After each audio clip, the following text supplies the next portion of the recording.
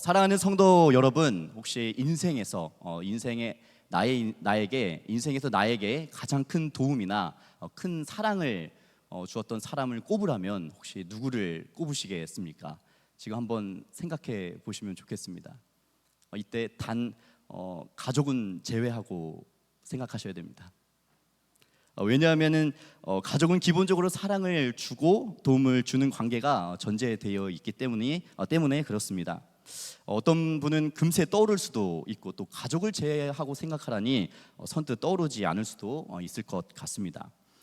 저의 인생에는 저에게 정말 큰 도움을 주었던 한 사람이 있습니다. 많은 분들이 생각나지만 오늘은 이 친구를 좀 소개하면 좋겠습니다. 저보다 어린 남동생이지만 지금은 편의상 좀 친구라고 이렇게 부르도록 하겠습니다. 이 친구는 자신의 것을 아낌없이 나눠주는 사람이었습니다. 제가 세상에서 방황하면서 교회는 뜨문뜨문 나가던 청년의 시절이 있었습니다. 그때 그 친구는 제가 교회에 잘 정착할 수 있도록 자주 연락했습니다. 피곤할 정도로 연락을 해왔습니다. 전화해서 형 뭐해? 형 밥 먹자. 형 이날 시간 돼? 하면서 저를 계속 쫄랐습니다. 이렇게 자신의 시간을 내어서 저를 만나 주었고요. 대부분 이렇게 식사를 하거나 이럴 때는 계산을 그 동생이 했습니다. 저를 향한 이 친구의 관심이 저는 싫지는 않았습니다. 그러다 보니 자연스럽게 그 나이 때 흔히 하는 고민들, 또 쉽게 털어놓기 힘든 마음 한켠에 간직해두고 있었던 어떤 깊은 이야기들을 나눌 수 있는 돈독한 관계가 되었습니다. 돌이켜보면 이 친구는 저를 단순히 교회에 정착시켜야 하는 대상으로만 본 것이 아니라 한 사람의 인격을 존중하며 있는 그대로 저를 받아주고 함께해 주었습니다.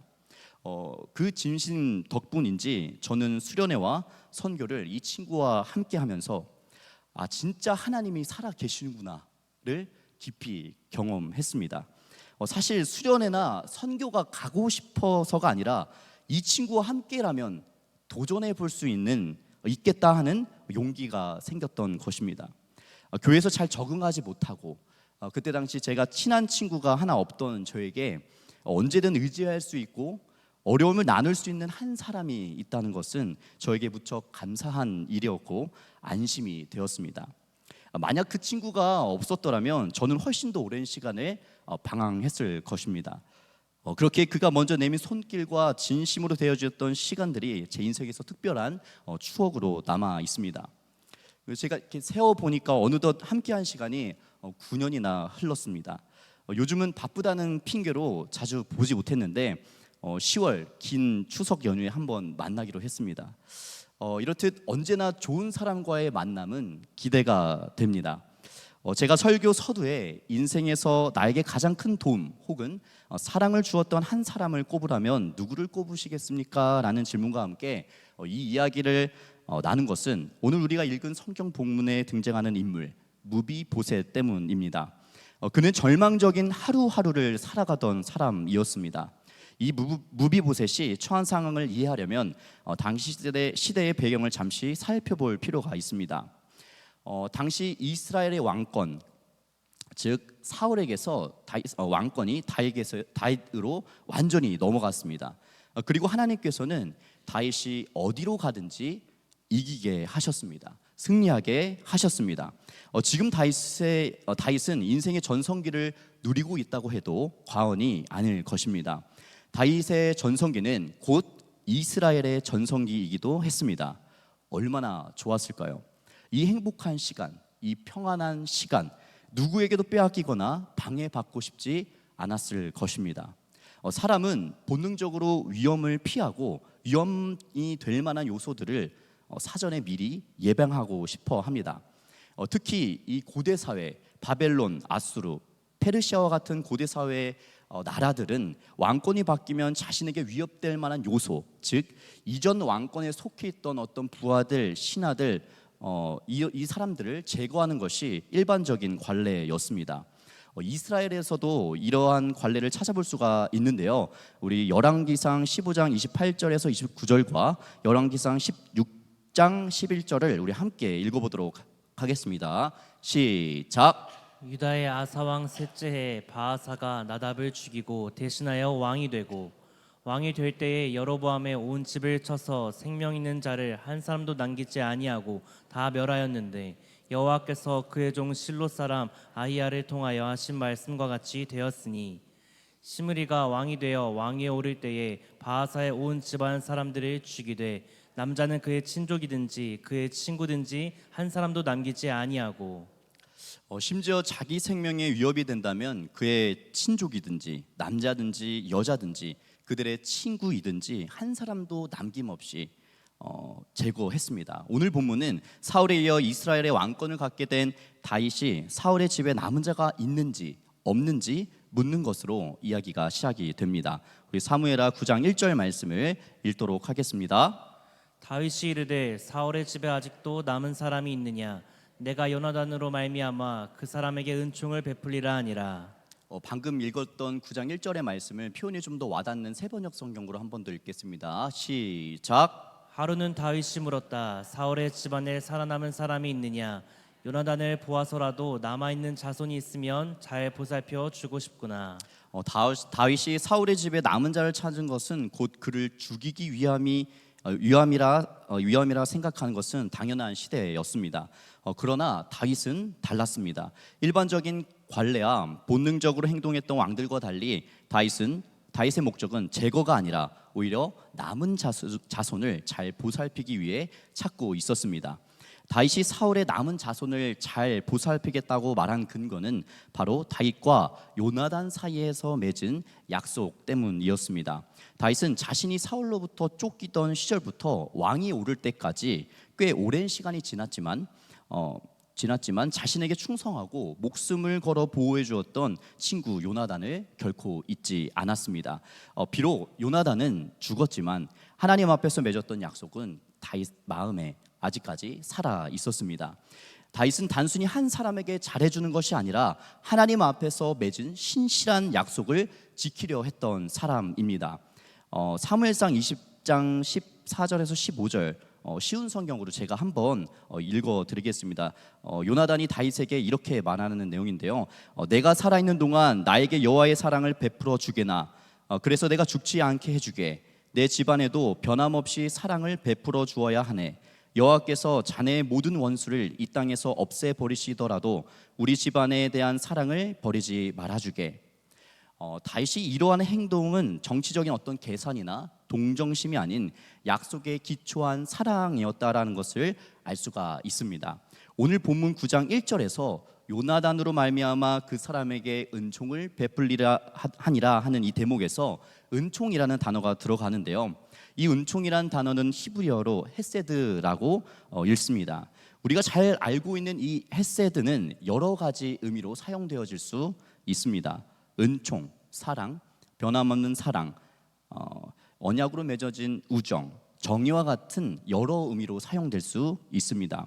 요한복음 3장 16절에 하나님께서 세상을 이처럼 사랑하사 할 때 사용되는 단어이기도 합니다.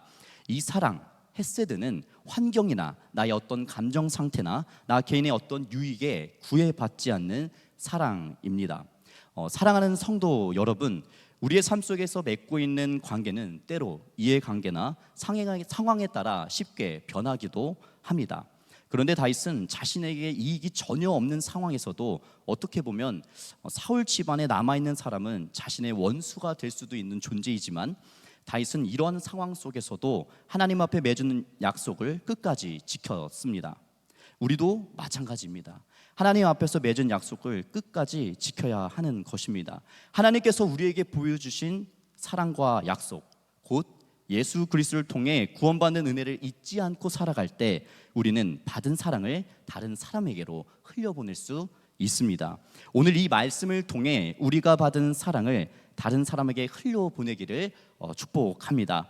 우리가 받은 하나님의 사랑을 기억하고 그 사랑을 받은 자로서 나에게 전혀 유익이 되지 않더라도 이해관계를 넘어서는 사랑을 실천하는 저와 우리 성도님들이 되시기를 소망합니다. 우리 사무엘하 9장 2절의 말씀과 3절의 말씀을 세번역 성경으로 함께 읽도록 하겠습니다. 마침 사울의 집안에서 종로를 타는 시바라는 사람이 있어서 사람들이 그를 불러 다윗에게로 데리고 왔다. 왕이 그에게 내가 시바냐 하고 물으니 그러합니다 하고 그가 대답하였다. 왕이 물었다. 사울의 집안에 남은 사람이 없느냐? 있으면 내가 하나님의 은총을 그에게 베풀어 주고 싶다. 그러자 시바가 왕에게 대답하였다. 요나단의 아들이 하나 남아 있습니다. 두 다리를 접니다. 마침 사울의 집안에 종로를 타던 시바가 왕 앞에 나오게 됩니다. 다시 한번 시바에게 사울의 집안에 남은 사람이 없느냐 하고 질문하면서 다시 한번 있으면 내가 하나님의 은총을 그에게 베풀어 주고 싶다라고 말합니다. 그러고는 다시 시바가 답변을 하죠. 요나단의 아들이 하나 남아 있습니다. 두 다리를 접니다. 여기서 사울의 집안에서 살아남은 유일한 사람이 요나단의 아들 무비보셋이라는 것을 알 수 있습니다. 그런데 너무 안타까운 것은 무비보셋은 두 다리를 모두 저는 장애를 갖게 되었다라는 것입니다. 당시 어떤 상황이었는지를 보기 위해서 사무엘하 4장 4절의 말씀을 우리 함께 읽도록 하겠습니다. 사울의 아들 요나단에게는 두 다리를 저는 아들이 하나 있었다. 사울과 요나단이 죽었다는 소식이 이스라엘에 전해졌을 때에 그는 겨우 5살이었다. 유모가 그를 업고 도망할 때에 서둘러 도망하다가 그가 떨어져서 발을 절게 되었다. 그의 이름이 무비보셋이다. 무비보셋의 절망적인 이런 삶은 길보아 전투에서 시작이 되었습니다. 이 전투에서 아버지 요나단과 할아버지 사울 그리고 두 삼촌이 처참하게 전사하는 사건이 발생합니다. 이때 무비보셋의 나이는 겨우 5살에 지나지 않습니다. 한창 부모의 사랑을 받을 나이에 무비보셋은 영문도 모른 채 유모의 손에 안겨 피신을 해야 했습니다. 그 과정에서 급히 도망치다가 그만 유모가 떨어뜨려서 한쪽 다리도 아닌 두 다리 모두를 사용할 수 없게 되었습니다. 훗날에 다윗 왕이 그 무비보셋을 찾게 되는데 이어서 사무엘하 9장 4절 세번역 성경으로 한번 읽도록 하겠습니다. 시작. 왕이 그에게 물었다. 그는 지금 어디에 있느냐? 시바가 왕에게 대답하였다. 그는 지금 로드발에 있는 암미엘의 아들 마길의 집에서 삽니다. 해당 구절에서 다윗이 시바에게 무비보셋이 어디에 살고 있는지를 묻습니다. 그러자 로드발에 있는 암미엘의 아들 마길의 집에 산다고 말합니다. 여기서 로드발이라는 말은 히브리어 의미로 초원이 없는 이라는 뜻입니다. 이 단어를 통해 알 수 있는 사실은 무비보셋이 살고 있는 지역이 얼마나 살기 어려운 환경이라는 것을 알게 해줍니다. 왜냐하면 초원이 없고 풀이 나지 않는 그런 황폐한 땅이니까 말입니다. 이제 다윗은 사람을 보내어 무비보셋을 로드발에 있는 마길의 집에서 데려오게 됩니다. 우리 사무엘하 9장 5절의 말씀을 읽도록 하겠습니다. 다윗 왕이 사람을 보내어 로드발 암미엘의 아들 마길의 집에서 그를 데려오니 무비보셋은 어린 시절부터 자기 잘못도 아닌데 유모가 피신하다가 땅에 떨어뜨려서 두 다리를 잃고 사랑하는 아버지와 할아버지도 잃고 또 어느 정도 성장한 청소년 시기 청년의 시기에 자신의 삶을 돌아보면서 비관적인 생각으로 끊임없이 자신을 깎아내리며 살았던 무비보셋은 정상적인 삶을 살기란 무척 어려웠을 것입니다. 이러한 상황에서 무비보셋은 전혀 예기치 못한 사건을 경험하게 됩니다. 그 사건은 바로 다윗으로부터 왕실로부터 부름을 받는다라는 것입니다. 시바를 통해 무비보셋의 거처를 알아낸 다윗은 요나단과의 언약을 기억하고 무비보셋에게 은총을 베풀길 원했습니다. 하지만 이러한 상황을 전혀 모르는 입장에서 무비보셋은 두려움을 갖고 다윗에게로 갔을 것입니다. 왕실로부터의 부름은 당시 시대의 상황상 오직 한 가지 의미밖에 없었습니다. 다윗이 사울의 왕 유일한 후손을 찾아내어서 장차 자신의 왕국에 위협이 될지 모르는 그런 가문 그런 자들을 제거하기로 작정했다고 생각한 것입니다. 무비보셋은 한때 위대한 사울의 가문의 후손이었지만 그 사실이 알려지면 목숨이 위태로워질 것이기에 왕족 신분을 숨겨야만 했습니다. 우리 이 내용을 유진 피터슨 목사님의 현실에 뿌리박힌 영성이라는 책 내용에서 다윗에게로 향하는 과정 속에 무비보셋의 마음을 이렇게 설명하고 있는데요. 한번 읽도록 하겠습니다. 무비보셋은 당나귀를 타고 예루살렘으로 인도되었다. 한 걸음 한 걸음 예루살렘에 가까워질 때마다 무비보셋은 닥쳐 운명에 몸을 떨었다. 희생자로 비참하게 살아온 내 인생은 이제 피비린내 나는 사형으로 끝나는구나. 다윗 앞에 선 순간 거의 분명히 무비보셋은 최악의 상황인 사형 선고를 기대했을 것이다. 최악의 상황까지 생각했던 무비보셋이 드디어 다윗 왕 앞에 서게 됩니다. 마음속에는 혹시 자신이 제거당하는 것은 아닐까 하는 두려움이 있었을 것입니다. 그런데 막상 만나보니 다윗의 반응은 무비보셋이 예상했던 것과는 달리 전혀 달랐습니다. 다윗은 무비보셋을 향해 놀라운 사랑을 보여주고 있는데요. 사무엘하 9장 6절의 말씀과 7절의 말씀을 우리 함께 이어서 읽도록 하겠습니다. 사울의 손자 요나단의 아들 무비보셋이 다윗에게 나와 그 앞에 절하며 이르되 무비보셋이여 하니 그가 이르기를 보소서 당신의 종이니이다. 다윗이 그에게 이르되 무서워하지 말라. 내가 반드시 내 아버지 요나단으로 말미암아 내게 은총을 베풀리라. 내가 내 할아버지 사울의 모든 밭을 다 내게 도로 주겠고 또 너는 항상 내 상에서 떡을 먹을지니라 하니. 다윗은 두려움에 떠는 무비보셋에게 무비보셋 자신의 이름을 불러주면서 따뜻한 격려의 말을 건네고 있습니다. 무서워하지 말라. 내가 반드시 내 아버지 요나단으로 말미암아 내게 은총을 베풀리라. 내가 내 할아버지 사울의 모든 밭을 다 내게 도로 주겠고 또 너는 항상 내 상에서 떡을 먹을지니라고 말하고 있습니다. 그런데 무비보셋은 자신을 향해 이렇게 표현하고 있습니다. 사무엘하 9장 8절의 말씀도 함께 읽겠습니다. 그가 절하여 이르되 이 종이 무엇이기에 왕께서 죽은 개 같은 나를 돌아보시나이까 아니라. 바로 이어서 인용 말씀을 읽겠는데요. 백석 상담센터 소장으로 섬기셨던 이관직 교수님의 성경 인물과 심리 분석의 책의 내용을 우리 함께 읽겠습니다. 시작. 그냥 개도 아닌 죽은 개 같은 나라고 자신을 비하시켜 표현한 그의 말에서 두 다리를 잃고 숨어 살아온 그의 내면의 아픔이 잘 드러난다. 한때는 왕자의 아들이었지만 두 다리를 모두 잃고 신체 장애자로서 그리고 피신자로서 살던 그는 깊은 열등감을 갖고 있었던 것이다. 한쪽 다리도 아닌 두 다리를 모두 사용할 수 없어 기어다니거나 엎혀다닐 수밖에 없었던 그는 스스로를 죽은 개에 비교한 것이다.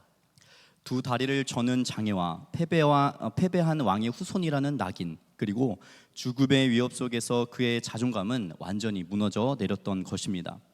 그는 스스로를 사랑받을 자격도 살아갈 가치도 없는 존재로 여겼습니다.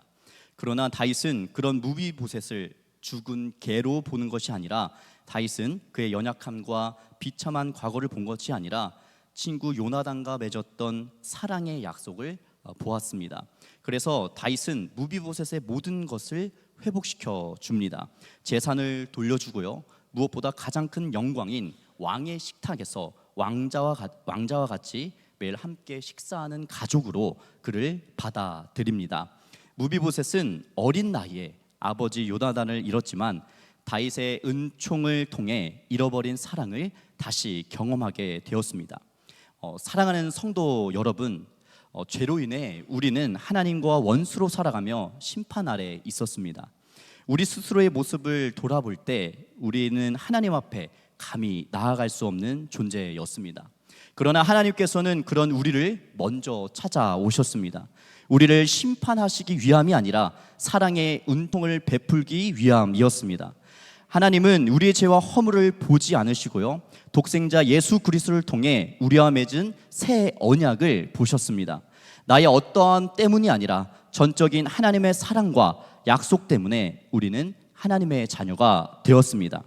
어쩌면 자신을 비하하고 깎아내리던 무비보셋의 모습이 나의 모습이 아닌지 돌아보게 됩니다. 나를 왕의 자녀로 삼아주신 그 사랑을 기억하시는 우리 성도님들 되시길 축복합니다. 세상의 평가나 나의 어떤 연약함에 좌절하지 않고 하나님의 자녀다운 담대함과 감사로 살아가시기를 소망합니다. 우리 사무엘하 9장 9절에서 10절 말씀을 새벽 성경으로 읽도록 하겠습니다.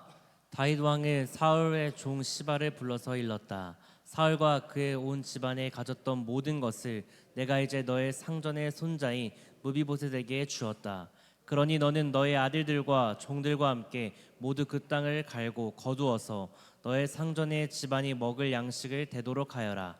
그러나 너의 상전의 손자인 무비보셋은 언제나 나의 식탁에서 음식을 먹을 것이다. 시바에게는 아들 15과 종 20명이 있었다. 다윗은 먼저 사울에게 속했던 모든 재산, 즉 그의 땅을 무비보셋에게 돌려줍니다. 이것은 그의 경제적인 기반을 완전히 회복시켜 준 것입니다. 그런데 다윗은 여기서 멈추지 않았습니다. 두 다리를 저는 무비보셋이 그 넓은 땅을 혼자 관리할 수 없다는 현실적인 문제를 헤아립니다. 그래서 이전에 그 땅을 관리했던 시바와 그의 아들들과 종들에게 앞으로도 무비보셋을 위해 밭을 갈고 수확을 거두라고 명령합니다. 한마디로 그의 인생의 그의 생계를 완벽하게 책임져 준 것입니다. 그리고 가장 놀라운 사랑은 너는 항상 내 상에서 떡을 먹을지니라라는 약속입니다. 이것은 단순히 밥을 함께 먹는 차원을 넘어섭니다. 왕의 식탁에 함께 앉는다는 것은 그를 왕의 가족, 즉 왕자의 신분으로 대우하겠다라는 것입니다. 이를 통해 다윗은 무비보셋의 무너진 자존감과 사회적 지위를 최고 수준으로 높여 주었습니다.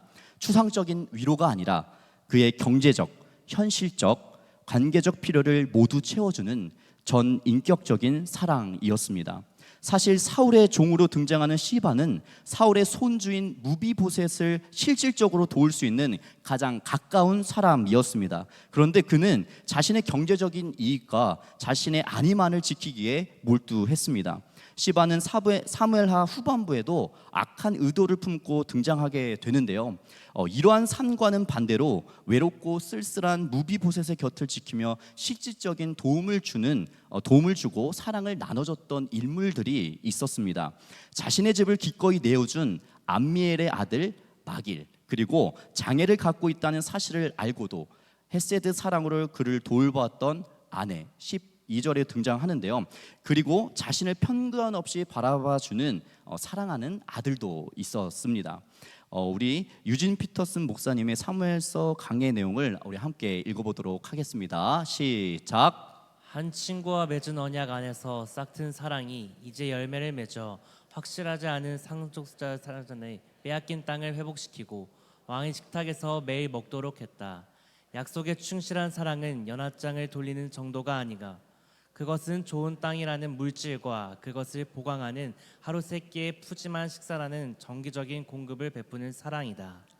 이제 말씀을 좀 정리하도록 하겠습니다. 사랑하는 성도 여러분, 하나님께서 우리에게 베푸신 사랑도 이와 같습니다. 하나님은 우리에게 너를 사랑한다고만 말씀하시지 않았습니다. 그 사랑을 증명하기 위해 가장 귀한 독생자 예수님을 이 땅에 보내주셨습니다. 우리의 죄를 대신해 십자가에 달려 죽으시는 실질적인 대가를 치르셨습니다. 우리를 고와 같이 버려두지 않으시고 성령님을 보내셔서 세상 끝날까지 우리와 함께 하시며 도우시겠다고 약속해 주셨습니다. 또한 이 소중한 교회 공동체를 허락해 주셨습니다. 우리가 서로의 아픔을 나누고 격려하며 함께 설 수 있도록 하셨습니다. 그렇다면 우리도 이웃을 향한 우리의 사랑으로 돌아보아야 합니다. 때로는 따뜻한 말도 좋지만 그 말과 함께 따뜻한 밥 한 끼, 현실이라는 삶이 버거워 힘들고 외로워하는 사람들의 이야기를 들어주는 시간과 같은 실질적인 도움이 필요합니다.